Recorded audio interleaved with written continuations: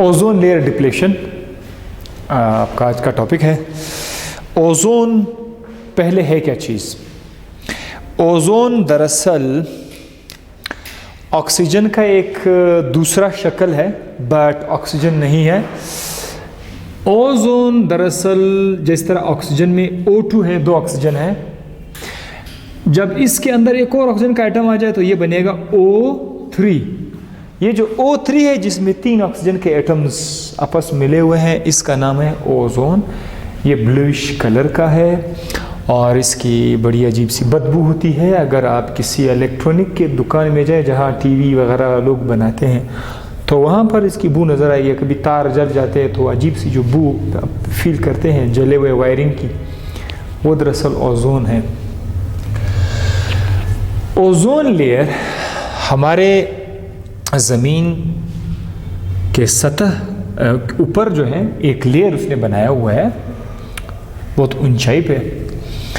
ये जो लेयर है इसका काम ये है कि ये सूरज की रोशनी से से जो रोशनी आ रही है उसमें से कुछ रोशनी को हमारी ज़मीन के अंदर भेज देना, जो कि गुड रेडिएशंस होते हैं। ठीक है, गुड रेडिएशंस।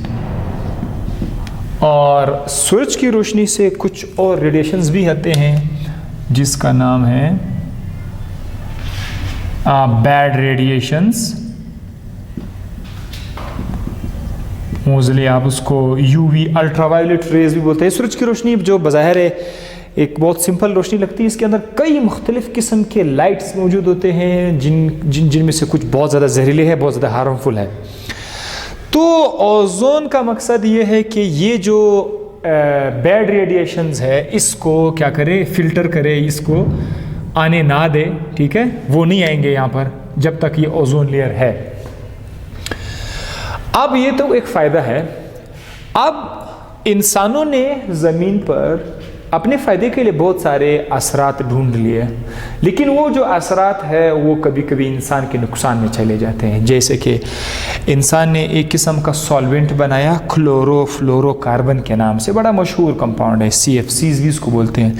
ये एयर कंडीशन में लोग इस्तेमाल करते हैं, बहुत सारे एरोसोल स्प्रे के अंदर लोग इसको इस्तेमाल करते हैं। तो ये जो क्लोरोफ्लोरोकार्बन है, इसमें एक एटम है क्लोरीन। ये क्लोरीन जाकर आपका एयर में जाएगा, एयर में जो ओजोन है उस ओजोन के साथ रिएक्ट करेगा और उस रिएक्शन के बदले यहाँ पर जो ओजोन है वो थोड़ा सा डिकम्पोज हो जाएगा। वो ओजोन, जब वो ओजोन डिकम्पोज हो जाएगा तो वहाँ पर एक छोटा सा सुराख बन जाएगा, पोर बन जाएगा, और ये आहिस्ता आहिस्ता ये ओजोन जो है ये इसके अंदर पोर्स आ रहे हैं। जब इसके अंदर पोर्स आ जाएंगे, सुराख आ जाएंगे, तो हमारी ज़मीन के अंदर वो जो रेडिएशन था, बैड रेडिएशन, वो भी हमारी ज़मीन तक आ जाएगी। और इस तरह की रोशनी जब आएगी तो उसका बहुत सारा नुकसानात है। एक ये जो है ये प्लांट के लिए भी डैमेजिंग है, सही है, और इंसानों के स्किन के लिए भी बहुत ज़्यादा ये डैमेजिंग है। स्किन कैंसर, अक्सर मुख्तलिफ़ किस्म के स्किन कैंसर, आइज़ के जो प्रॉब्लम होते हैं, आइज़ प्रॉब्लम जैसे कैटरेक्ट, आइज़ के प्रॉब्लम में बंदा सही नहीं देख सकता, ये प्रॉब्लम, स्किन कैंसर, आई प्रॉब्लम्स, ये सारे के सारे इस बैड रेडिएशंस की वजह से हैं। हमें चाहिए कि हम इसका यूज़ करना बंद करें, जो फ्लोरोक्लोरोकार्बन है इसको छोड़ दें, कोई और सॉल्वेंट ढूंढ ले ताकि ये ओजोन बच जाए। दूसरा टॉपिक है green house effect. Green house दरअसल लोग खेती बाड़ी जब करते हैं तो वहाँ पर कुछ लोग शीशे का एक छोटा सा कमरा बनाते हैं, शीशे का, ग्लास का, या बाज़ लोग प्लास्टिक का कमरा बनाते हैं। सर्दी के वक्त यहाँ पर क्या करते हैं, छोटे छोटे नन्हे नन्हे पौधे जो है वो उगा लेते हैं इसके अंदर। ये जो शीशे का कमरा है या प्लास्टिक का कमरा है, इसको ग्रीन हाउस इसलिए कहा जाता है कि जब सूरज की रोशनी से सनलाइट, इसको फिर मैं यहाँ से शुरू करता हूँ, सनलाइट के अंदर गर्मी है ना, रोशनी है तो गर्मी भी है, हीट भी है। ये जो सूरज की रोशनी की जो हीट है वो जब यहाँ पर आ जाती है तो यहाँ पर इस कमरे को ज़बरदस्त तरीके से गर्म कर लेते हैं, पूरा कमरा जो है बहुत ज़्यादा गर्म हो जाता है। अब ये जो गर्मी है आ तो गई, ये गर्मी इस प्लास्टिक से या ग्लास से बाहर नहीं जा सकती, आ तो सकती है पर बाहर नहीं जा सकती। ये इस सारा प्लास्टिक या ग्लास का कमाल है। तो ये तो आम बात है। असल में हम आपको काम की बात अभी बताते हैं। एक बार फिर से, ये आपकी ज़मीन है, यहाँ पर दरख्तें भी है, जंगलात भी है, कारखाने भी है, गाड़ियाँ भी हैं। हम लोगों ने क्या किया, हम लोगों ने जंगलात को काट दिया, दरख्तें हम लोगों ने काट दिए। दरख्तें यूजुअली क्या करते थे, दरख्तें जो थी ये आपको ऑक्सीजन गैस प्रोवाइड कर रही थी और कार्बन डाइऑक्साइड गैस को खुद एब्जॉर्ब कर रहे थे। आपने दरख्तों को जो है काट दिया, दरख्तों को आपने छोड़ दिया, तो कार्बन डाइऑक्साइड जो है वो आपके एटमॉस्फेयर में ज़्यादा हो जाएगा। साथ साथ यहाँ पर कुछ कारखाने हैं, वो भी कार्बन डाइऑक्साइड गैस को निकाल रहे हैं, धुआं निकाल रहे हैं, और ये गैसेस और भी हो सकते हैं, लेकिन मैं फ़िलहाल सिर्फ कार्बन डाइऑक्साइड की तरफ आ रहा हूँ। गाड़ियों से भी कौन सा गैस निकल रहा है, कार्बन डाइऑक्साइड गैस। तो हम मुसलसल कार्बन डाइऑक्साइड गैस से अपने माहौल को आलूदा कर रहे हैं। ये कार्बन डाइऑक्साइड जो गैस है, ये हमारी ज़मीन के ऊपर यहाँ पर क्या बनाएगा, एक लेयर बनाएगा कार्बन डाइऑक्साइड। ये कार्बन डाइऑक्साइड सारा का सारा यहाँ जमा हो जाएगा, ऊपर कार्बन डाइऑक्साइड का एक बादल बन जाएगी। अब क्या हुआ, ऐसा लग रहा है कि ये एक ग्रीन हाउस बन गया है आपका ज़मीन। तो अब क्या होगा, जब सूरज की रोशनी हीट लेकर आएगी, हमारी ज़मीन को हीट मिल जाएगी। उसके बाद ये जो हीट है ये वापस नहीं जाएगी, निकल नहीं सकता, because of the carbon dioxide layer. पहले क्या था, पहले तो ये कार्बन डाइऑक्साइड लेयर नहीं था, पहले तो गंद नहीं था। जो रोशनी आती हमारी ज़मीन को गर्म कर लेते और वो गर्मी वापस निकल जाती थी, तो ज़मीन का टेम्परेचर बिल्कुल भी चेंज नहीं होता, ज़मीन का टेम्परेचर वैसे के वैसे ही रहता। अब क्या हुआ, अब जब कार्बन डाइऑक्साइड का लेयर आया तो सूरज की रोशनी जो गर्माई है वो हमारी ज़मीन में आ गई। अब वो वापस जा ही नहीं रही है, वो गर्मी वापस हमारी ज़मीन के अंदर आ रही है।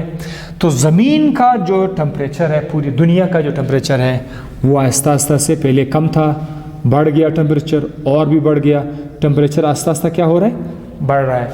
साइंटिस्ट ये कहते हैं कि अगर इसी तरह से हमारी ज़िंदगी चलती रही, हमने कार्बन डाइऑक्साइड का बंदोबस्त को ठिकाने नहीं लगाया, इस पर कंट्रोल नहीं किया, दरख्तें नहीं लगाई, तो ये कार्बन डाइऑक्साइड एक दिन इतना ज़्यादा हो जाएगा कि ये बिल्कुल भी हीट को बाहर जाने नहीं देगा और हमारी ज़मीन का टेम्परेचर अपने हद से तजावज़ करेगा, बहुत ज़्यादा इंक्रीज़ हो जाएगा अर्थ का टेम्परेचर। इस अर्थ के टेम्परेचर के ज़्यादा होने को क्या कहते हैं, green house effect. Increase in the earth's temperature, increase in the earth temperature. अच्छा, अर्थ का टेम्परेचर अगर ज़्यादा हुआ तो उससे क्या हो सकता है। अगर ज़मीन का टेम्परेचर ज़्यादा हो जाए, बहुत ज़्यादा हो जाए, तो हमारी ज़मीन में आपने देखा होगा कि 75% वाटर है, खुश्की बहुत कम है, वाटर बहुत ज़्यादा है, और वाटर कई जगहों पर ऐसा है कि सारे बर्फ़ के शक्ल में है और वो अपनी जगह पर है। अगर ये टेम्परेचर बहुत ज़्यादा हो जाए तो वो जो बर्फ़ है वो पिघल जाएंगे और वो पानी जो है इतना शोख पानी होगा, इतने बड़े बड़े सैलाबों की शक्ल में आके हमारी दुनिया को ही तबाह कर देगी। सारे के सारे बिल्डिंग को, ये जो है जितने लोगों ने बिल्डिंग बनाई हुई, इमारतें बनाई हुई, वो सारे के सारे अंडर वाटर आ जाएंगे। ठीक है, तो ऐसे कंडीशन तो फ़िलहाल नहीं है, अल्लाह ना करे कि ये आ जाए। अगर ये आ गया, ऐसा हालत आ गया कि सारे जो दुनिया है उस पर सैलाब आ जाए, वाटर आ जाए, तब इस कंडीशन को हम लोग नाम देंगे, ये फ्यूचर प्रेडिक्शन है, global warming. Global warming, global warming पे काफ़ी मूवीज़ भी बनी हुई है, जिस पे आप देखें 2012 के नाम से कोई मूवी है, वहाँ पर जो है ग्लोबल वार्मिंग में पानी आ जाता है। सो बहरहाल ये इंसान के अपने हाथों ये सारे मसले मसाइल हो रहे हैं, ठीक है, वरना हम लोगों का जो माहौल है, एटमॉस्फेयर है, वो सेल्फ सस्टेनेबल है, काफ़ी हमें सस्टेन कर सकता है, बट हम इसको डिस्ट्रॉय कर रहे हैं। एसिड रेन फिर क्या चीज़ है, एसिड रेन जो है ये भी एयर पोल्यूशन का हिस्सा है। एसिड रेन ऐसा बारिश को बोलते हैं, ऐसे बारिश को बोलते हैं जिसमें H2SO4 और HNO3 हैं। ये सवाल है कि ये कहाँ से आया। बारिश यानी H2O पानी है, ठीक है, और हमने अपनी एक्टिविटीज़ की वजह से माहौल के अंदर कुछ गैसेस छोड़ दिए हैं, राइट, गंद फैला रहे हैं हम लोग। उस गैसेस में से एक गैस है नाइट्रोजन ऑक्साइड और दूसरा है सल्फ़र ये oxide of sulphur and oxide of nitrogen, ये 2 किस्म के गैसेस है हमारे एयर के अंदर। तो ये जो बारिश वाला पानी है, जब ये इसके साथ मिल जाएगा तो इससे बनेगा तेज़ाब H2SO4, और ये पानी जब इससे मिलेगा तो इसे बनेगा HNO3। ये नाइट्रिक एसिड है और ये सल्फ्यूरिक एसिड है। अब जो बारिश का पानी है उसमें तेज़ाब शामिल है। ये तेज़ाब वाला बारिश को हम लोग क्या नाम देंगे? Acid rain. इसका नुकसानात क्या है एसिड रेन के? सबसे पहले ऐसा बारिश जब प्लांट के ऊपर पड़ेगा तो प्लांट की ग्रोथ स्टॉप हो जाएगी, प्लांट डैमेज हो जाएंगे, नंबर 1। नंबर 2, ऐसा बारिश का पानी जब तालाबों में जाए, झीलों में जाए, वहाँ पर मछलियों के लिए ख़तरा है, ठीक है। स्टोन कैंसर, ये जो बड़े बड़े शाही किले होते हैं जिनको बनाया गया है कीमती पत्थर से, जो बनाया गया कैल्शियम कार्बोनेट से जो बनाया गया है, बड़े बड़े खूबसूरत किले, पुराने किले, वो वक्त के साथ साथ साल गुजरते हैं वो ज़रा एरोजन करते, एरोड हो जाते हैं, उनके वॉल ख़राब हो जाते हैं। इसको बोलते हैं स्टोन कैंसर। और इन बारिशों ने उन खूबसूरत किलों को भी जो है डीके कर दिया, डिकम्पोज कर दिया हुआ है। दूसरी बात यह है कि ये बारिश का पानी जब मिट्टी पे गिर जाता है तो मिट्टी के अंदर एल्यूमिनियम के कुछ सॉल्ट भी होते हैं जो कि पड़े रहते हैं। ये वाला तेज़ाबी बारिश उस मिट्टी से एल्यूमिनियम सॉल्ट को अपने साथ तालाबों और झीलों में लेके जाते हैं। वो एल्यूमिनियम सॉल्ट वहाँ पर मछलियों के लिए मसला क्रिएट कर लेते हैं। ओके, सो ये उसके नुकसानात हैं एसिड रेन के। यहाँ पर मैंने कुछ और भी लिखा हुआ है, renewable and non renewable energy resources. Resource का मतलब ये है हर वो फ़ायदे की चीज़ जो हम और आपको माहौल से मिलते हैं, खुराक है, गैस है, फ्यूल है, पानी है, मिट्टी है, सारे हमारे पास रिसोर्सेज हैं। इस रिसोर्सेज में हमारे पास 2 तरह के रिसोर्सेज है, एक है रिन्यूएबल, एक है नॉन रिन्यूएबल। ऐसा रिसोर्स जो कि एक बार हम खर्च करें और वो दोबारा हमारे पास आ सकता है, that is called as renewable. और रिन्यूएबल में हमारे पास क्या है? वाटर है, वाइल्ड लाइफ है, ठीक है, ये आ सकते हैं दोबारा हमारे पास। लेकिन जो नॉन रिन्यूएबल है ये वो रिसोर्सेज है, एक बार आपने इस्तेमाल किया दोबारा इसके आने के चांसेस नहीं है। इसका एग्जांपल हमारे पास है कोल, पेट्रोलियम, ये जो आप लोग यूज़ कर रहे हैं, डीजल है, पेट्रोल है, ये सारा इसमें आते हैं। ये नॉन रिन्यूएबल है। कोयला, डीजल, पेट्रोल को हम लोग इस्तेमाल तो आजकल कर रहे हैं, लेकिन एक टाइम आएगा ये मुकम्मल तौर पर ख़त्म होएगा, इसका दोबारा आना नामुमकिन है। इसीलिए इसको बोलते हैं non renewable energy resources. Soil erosion एक और टॉपिक है। सॉयल इरोजन क्या है? ये आपकी ज़मीन है और ज़मीन के ऊपर पड़ा हुआ है सॉयल, और ये जो सॉयल है ये बहुत इंपॉर्टेंट है, कीमती सॉयल है। जब तेज़ हवाएं विंड की शक्ल में या बारिशी सैलाब पानी की शक्ल में यहाँ से गुजरे तो ये तेज़ हवाएं यहाँ की मिट्टी को अपने साथ लेके जाएगी। तो ये जो ज़मीन है, ज़मीन का टॉप सॉइल जो है, टॉप सॉइल, ये यहाँ से मूव करेगा, कहीं और चला जाएगा, ये ज़मीन बंजर हो जाएगी। इसके टॉप से चूँकि वाटर सॉइल चला गया है, ये काश्त के काबिल नहीं रहेंगे। इस प्रोसेस को बोलते हैं सॉइल एरोजन। इससे बहुत ख़तरे हो सकते हैं। इसका सबसे बड़ा अच्छा इलाज ये है कि इधर आप दरख्तें लगाओ। दरख्तें लगाने से एक तो ये जो सैलाबी, जो तेज़ हवाओं का सिलसिला है वो टूट जाएगा, सैलाबें कम आएंगी। अगर आपने दरख्तें काट दिए तो जो पानी है वो तो फ़्लो करेगा, वो उसको रोक भी नहीं देगा। दूसरी बात यह है कि ये जो टॉप सॉइल है, दरख्तों की जड़ें उसको नरम रखती हैं। अगर दरख्तों की जड़ें हैं तो ये मिट्टी जो है ये नरम रहेगी, ये मिट्टी अपने अंदर वाटर को एब्जॉर्ब करेगी। लेकिन अगर जंगलात हैं तो ये जगह सख्त रहेगा और वाटर इस पर फ्लो करेगा, अनकंट्रोलेबल फ्लो करेगा सैलाब की शक्ल में। सो हम बार बार कहते हैं दरख्तें लगाए, दरख्तें लगाइए। दरख्तें लगाने से हमारे माहौल की खूबसूरती भी होती है और काफ़ी हिफाजत भी मिल जाता है। और लास्ट टॉपिक की तरफ आ जाते हैं जिसका नाम है ट्रीटमेंट ऑफ ऑर्गेनिक सेवेज। चूँकि ये चैप्टर आप लोग पढ़ रहे हैं, आप हमारे अपने फ़ायदे के लिए भी और एग्जामिनेशन के लिए पॉइंट ऑफ व्यू के लिए भी, जो वाटर हम इस्तेमाल करते हैं और फिर इस्तेमाल करने के बाद उसको छोड़ देते हैं, चाहे वो घर से वो पानी निकल रहा है या किसी कारखाने से निकल रहा है, तो ये जो पानी है जो नालियों की शक्ल में जा रहा है, शहर शहर में आपने देखा होगा, ये पानी बहुत ज़्यादा नुकसानदा है। इसको तरक्की याफ्ता ममालिक क्या करते हैं, इस पानी को झीलों में जाने से पहले इस पानी को रोक देते हैं, इस पानी को ट्रीट करते हैं, इस तरह से इस पानी को ट्रीट करते हैं कि ये पानी दोबारा जाकर वहाँ पर जानदारों को नुकसान ना पहुँचाए, और इससे काफ़ी बड़ी बीमारियों से भी हम लोग बच सकते हैं। माहौलियाती सफाई के लिए भी ये ज़्यादा इम्पोर्टेंट है। सो लेट्स स्टार्ट कि किस तरह इस पानी को हम लोग ट्रीट करते हैं। पानी का नाम है ऑर्गेनिक सेवेज। ऑर्गेनिक सेवेज घर के अंदर छिलके हैं, फ्रूट के छिलके हैं, गंद है, प्लास्टिक है, वो जो कागज़ के पैकेट्स होते हैं, एम्प्टी कागज़ के पैकेट्स होते हैं, छोटे छोटे कंटेनर्स होते हैं, and so on, lot of things are there. फिर ये कागज़ वगैरह जो है ये मिक्स हो जाते हैं बाथरूम से आने वाले पानी से, राइट। तो ये सारा का सारा जो मटेरियल है that is called as organic sewage. हम इसको ट्रीट करने के लिए इनको 5 स्टेप से गुजारेंगे इस पानी को। नंबर 1, स्क्रीनिंग करेंगे। स्क्रीनिंग के अंदर क्या होता है, इस तरह हम लोगों ने एक जाला रखा हुआ है जिसके अंदर बड़े बड़े सुराख होते हैं।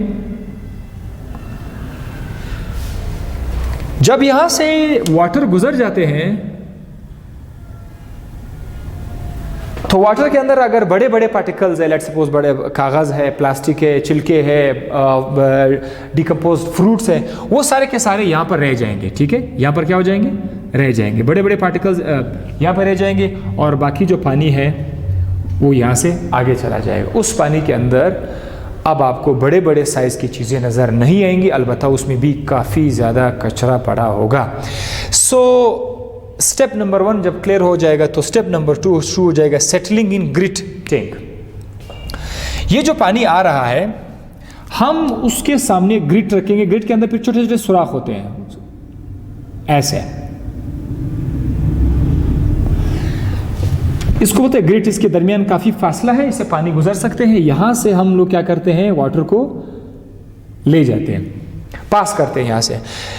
इधर जब पानी आ जाता है तो पानी का जो स्पीड है वो स्लो हो जाता है। जब पानी का स्पीड यहाँ से गुजरते वक्त स्लो हो जाता है तो उस दौरान कुछ चीज़ें बैठ जाएंगी। कौन कौन सी चीज़ें, स्मॉल पार्टिकल्स जैसे कि रेत है, कुछ पत्थर वगैरह है, वो यहाँ पर क्या हो जाएंगी, वो बैठ जाएंगी। क्यों बैठ जाएंगी, क्योंकि जो पानी आ रहा है वो पहले स्पीड से आ रहा था, अब वो स्लो हो गए। स्लो होने से उनको इतना टाइम मिल जाता है, थोड़ा सा टाइम मिल जाता है कि ये जो छोटे छोटे पार्टिकल्स है ये नीचे बैठ जाएंगे। तो जो पानी यहाँ से गुजर जाएगा उससे और भी कुछ फिल्ट्रेशन हो गई, कुछ चीज़ें और भी उससे माइनस हो गए। अभी भी ये जो पानी है इसके अंदर अभी भी गंद पड़ा हुआ, ये मुकम्मल तौर पर साफ़ नहीं है। हम इस पानी को तीसरे स्टेप से गुजारेंगे जिसका नाम है सेडिमेंटेशन। सेडिमेंटेशन में हम क्या करते हैं, ये जो वाटर है जो यहाँ से पास हो गए, इस पानी को हम लोग एक टैंक के अंदर लेके जाते हैं। उस टैंक के अंदर पानी को बहुत टाइम दिया जाता है कि वो स्टैंड बाय रहे, मूव ना करे, वो बिल्कुल मूव नहीं करेंगे। पानी स्टैंड कंडीशन में होंगी, स्टैंडिंग कंडीशन में होगी, और बहुत सारा टाइम मिलेगा अब वाटर को कि लेट्स सपोज ये पानी है, पानी के अंदर कुछ ऐसे ज़र्रात है जो कि बैठते नहीं हैं बल्कि सस्पेंड हो गए हैं। ठीक है, यहाँ वहाँ पानी के अंदर लटके हुए हैं। इन चीज़ों को अगर आप टाइम दोगे, ज़्यादा टाइम दोगे, तो कुछ टाइम के बाद ये जो लाइट हल्के हल्के ज़र्रात है, हल्के पार्टिकल्स है, गंदे पार्टिकल्स हैं, ये भी क्या करेंगे, ये नीचे यहाँ पर बैठ जाएंगे। तो ये नीचे पार्टिकल्स बैठ जाएंगे, इसको क्या कहेंगे हम लोग, सेडिमेंटेशन इसको कहेंगे। तो यहाँ पर एक और प्रोसेस भी आपका कंप्लीट हुआ। जैसे ही वो नीचे बैठ जाएगा, वो जो पार्टिकल्स नीचे बैठ जाएंगे, उसको हम लोग नाम देंगे स्लज। इसको क्या कहते हैं हम लोग, स्लज कहते हैं, वी कॉल इट स्लज। अब फोर्थ प्रोसेस है बायोलॉजिकल प्रोसेसिंग। बायोलॉजिकल प्रोसेसिंग में ये जो स्लज है और ये जो पानी है, इसमें हम लोग ज़िंदा चीज़ें डाल देते हैं। ज़िंदा चीज़ें क्या है, आइए मैं आपको यह बताता हूँ। एक्टिवेटेड स्लज ये है। एक्टिवेटेड स्लज और वो स्लज में फ़र्क है। वो स्लज जो था वो कचरा तो जो बैठ गया। एक्टिवेटेड स्लज दरअसल क्या होता है, इसके अंदर कुछ जानदार होते हैं, जैसे बैक्टीरिया होते हैं और ये मज़दूर की तरह काम करते हैं। दूसरा है प्रोटोजोआन, ये और जानदार होते हैं, प्रोटोजोआन। हम लोग इस कचरे के अंदर 3 चीज़ें ऐड करेंगे, वो जिसका नाम आपने स्लज रखा है, उसके अंदर 3 चीज़ें रखेंगे। नंबर 1 ऑक्सीजन गैस डालेंगे। वजह क्यों बताता हूँ। उसके अंदर बैक्टीरिया डालेंगे, उसके अंदर प्रोटोजोआ डालेंगे। बैक्टीरिया और प्रोटोजोआ को यहाँ पर एक्टिवेटेड स्लज कहा जाता है। जरासीम हम इसलिए डाल देते हैं कि जिस कंटेनर के अंदर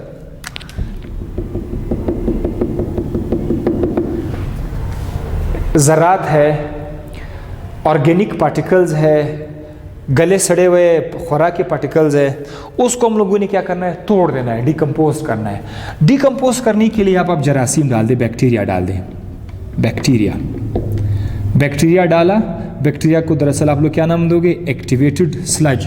मैं बार बार कहूँगा, एक्टिवेटेड स्लज ऐसे मटेरियल को बोलते हैं जिसमें जरासीम है, बैक्टीरिया और प्रोटोजोआन है, वो आप लोग डाल देते हैं इस कचरे के अंदर। ये बैक्टीरिया आकर इस कचरे को क्या करेगा, तोड़ देगा, छोटे छोटे पार्टिकल्स में तोड़ देगा इसको। और ये जो छोटे छोटे पार्टिकल्स है, इसको फिर दूसरा जानदार है वो खाएगा उसको क्या बोलते हैं, प्रोटोजोआन। प्रोटोजोआन है और जानदार होते हैं, वो आकर इसको खा लेते हैं, बिल्कुल खा लेते हैं। तो ये जो प्रोटोजोआन है जो ये कचरे को खा लेते हैं, इसमें हमारे पास जो वाटर था वो तकरीबन साफ़ हो चुका है। किस चीज़ से, उन ज़र्रात से भी साफ़ हो चुका है जो आसानी से बैठते नहीं थे, जो बहुत हल्के वज़न के थे, उसको भी हम लोगों ने बिलाखिर पानी से सेपरेट कर दिया। लेकिन अभी भी ये पानी के अंदर है, इसको हम लोगों ने निकालना है। दोबारा से निकालने के लिए क्या करेंगे, फिर से सेडिमेंटेशन करेंगे। सेडिमेंटेशन का मतलब ये है कि आप उसको थोड़ा सा टाइम दो, तो जो स्लज है, स्लज एक्टिवेटेड स्लज जो था वो नीचे बैठ जाएगा। वो क्या करेगा, यहाँ पर नीचे बैठ जाएगा। जब ये नीचे बैठ जाएगा तो ऊपर क्या रह जाएगा, सिर्फ और सिर्फ पानी रह जाएगा। ये जो पानी है, इससे बड़े बड़े पार्टिकल्स भी अलग हो गए, ज़र्रात भी अलग हो गए, और इसके अंदर ऑर्गेनिक सब्सटेंसेस भी इससे अलग हो गए। स्लज आप इधर ही छोड़ दें, एक्टिवेटेड स्लज, इसको आप इधर ही छोड़ दें। इससे बाज़ लोग कहते हैं कि इसको एज अ खाद भी इस्तेमाल किया जाता है, खाद, फर्टिलाइज़र के तौर पर। भाई आप उसको निकालो, ये जो है इससे काम हो गया, इसको बतौर लोग फर्टिलाइज़र, बिकॉज यहाँ पर बहुत सारा ऑर्गेनिक मैटर भी आ गया है और ये बहुत पावरफुल किस्म का खाद है। इसको आप उठा ले यहाँ से, क्योंकि ये बैठ गया है, इस स्लज को आप उठा लो, इसको बतौर खाद भी आप इस्तेमाल करो। तो ये तो एक अलग सा फ़ायदा है। ये जो वाटर है, इस वाटर के अंदर क्लोरीन गैस भी डाल देते हैं हम लोग। क्लोरीन गैस इसलिए डाल देते हैं कि अगर इधर कुछ बीमारी फैलाने वाले जानदार है वो मर जाएंगे। क्लोरीन गैस जो है ये छोटे छोटे जानदार को, जरासीम वगैरह को किल भी कर देते हैं। तो क्लोरीन गैस भी हम लोग डालेंगे, ये बीमारी वाले जरासीम भी पाक हो जाएगा। अब ये जो पानी है इसको आप बड़े आराम से छोड़ दो, जाने दो उसको नालियों में, ये जाएंगे तालाब में जाएंगे, जिधर भी जाएंगे वहाँ इसका कोई नुकसान नहीं होगा, क्योंकि जितने भी नुकसानदार चीज़ें थी, गंद वाली चीज़ें थी, वो तो आपने सारे के सारे से निकाल दिया। So hope you understand this topic. See you in next lecture. Thank you, bye.